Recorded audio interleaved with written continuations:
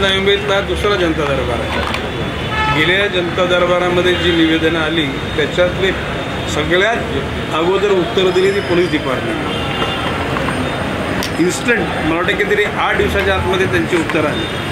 आता काही विभागाच्याकडे अजून माहिती ते लोक गोळा करत आहेत, तर आजसुद्धा जनता दरबारामध्ये निवेदनच स्वीकारली जातील आणि 4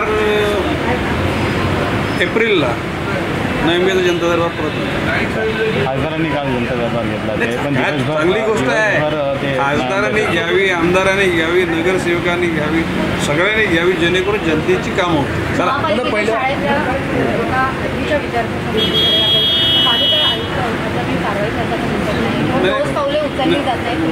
नाही, माझ्याकडे माहिती अशी मिळाली की इमेजिकावर तिथे त्या रिसॉर्टला हजाराहून अधिक विद्यार्थी गेले होते, म्हणजे महापालिकेने नेले होते, चांगल्या AC बसमध्ये नेले होते। संध्याकाळी 5च्या सुमारास परतीचा ज्यावेळेला प्रवास सुरू होणार त्यावेळेला त्या मुलाला थोडासा त्रास झाला आणि तो सगळ्यांच्या समोर तिथे कोलमला।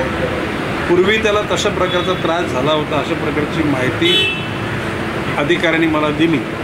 एकूणच अधिकाऱ्यांनी गांभीर्यानं, म्हणजे खरं म्हणजे दुर्दैवी घटना, मुलगा कुणाचा असला तरीसुद्धा तो जीव गेला याचं जास्त दुःख आहे। महापालिकेनं त्यांची गावाकडे त्याची डेड बॉडी नेण्याची व्यवस्था केली आणि एकूणच मेडिकल रिपोर्टसुद्धा येणं बाकी आहे। मेडिकल रिपोर्ट आल्यानंतर त्याच्यावर आणखी जास्त चर्चा। नियमांचं उल्लंघन करून ही बस ॲडव्हेंचर पार्कमध्ये नेण्यात आली होती।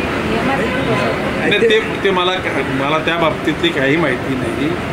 ज्या दिवशी घटना घडली त्याला मला कळवलं गेलं किंवा अशी घटना घडली, शिक्षण विभागाच्या उपायुक्तेने मला कळवलं आणि मी त्याला सांगितलं की पोस्टमॉर्टमचा रिपोर्ट आल्यानंतर एकूण संपूर्ण अहवाल या शहरातला आमदार म्हणून आणि राज्याचा मंत्री म्हणून मला तुम्ही बाब द्या आणि संबंधित त्यांना सुद्धा करा। Okay, thank you.